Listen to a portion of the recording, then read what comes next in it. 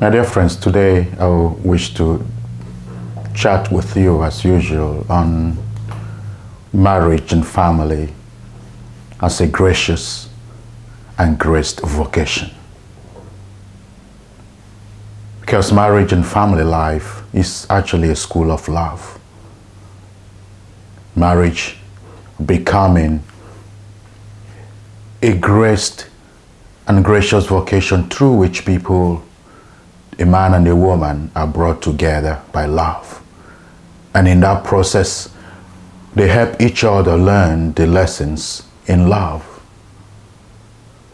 And in teaching and growing in the lessons of love, sometimes tough love can happen, where we help each other to grow and not to enable them to remain stagnant or allow them destroy themselves.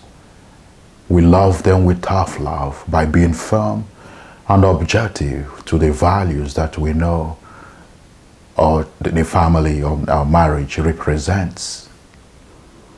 So you see that marriage provides a platform for mutuality that is made possible through friendship, in a way that couples share with one another the friendship that is deeper and not just superficial. Through that way, their love with one another in its mutuality is sustained and nourished. And those can manifest whether in bringing home Christmas trees, caring for children, consoling and comforting each other, being patient and forgiving one another, or building up one another through kindness, challenge, even teasing, or even through an affectionate hug. Marriage and family life become a graced contest for encountering God while growing up in mutual love. St. John Paul II remarks in Familiaris Conceptio that God inscribed in the humanity of man and woman the vocation, and thus the capacity and responsibility of love and communion. He continued to explain what this love means. He says, love is therefore the fundamental and innate vocation of every human being.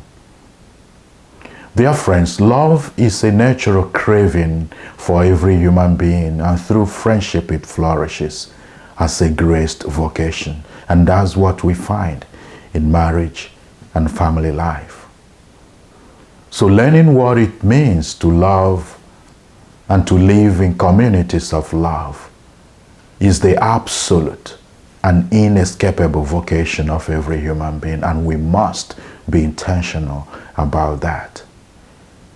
And becoming accomplished in the mutuality of love is the indispensable key to becoming human. We are human because we are capable of loving and being loved.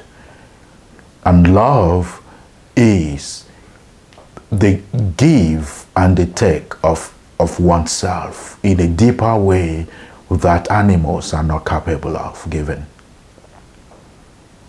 So it is a skill that ought to be learned, practiced, and fulfilled in marriage and family life. So friends, how do you see your marriage today? Are you growing in mutuality of love and friendship, or you are just existing? How do you approach your family? Do you honor the values of the family, or do you go about being selfish in your choices without understanding how it empowers the community of love that exists in married life and even in family life? Love is the thoughtful and deliberate practice of attending to the needs, concerns, and well-being of others.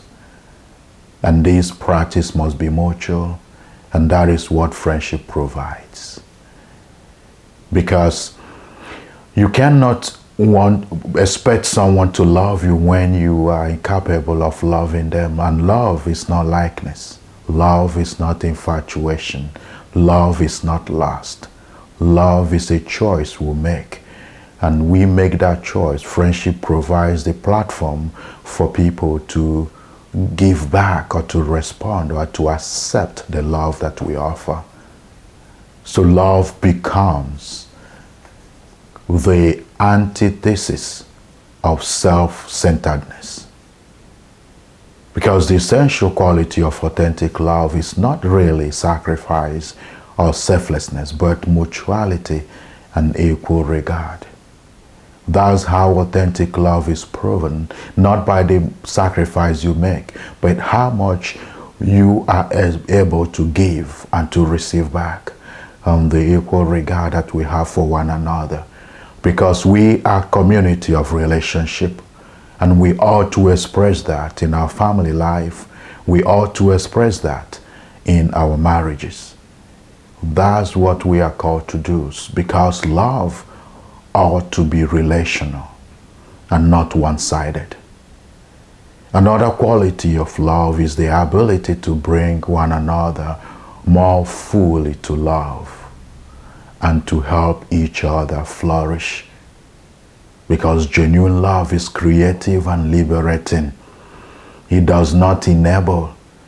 So when you think you are loving someone by allowing them make choices that destroys them, you are not loving them, you are enabling them. And that is the point that we must get in our relationships, in our family, relationship with parents and children, relationship between spouses, that love is mutual, and mutuality grows when friendship is established. Friendship is that platform that provides the opportunity for love to be given and to be received back.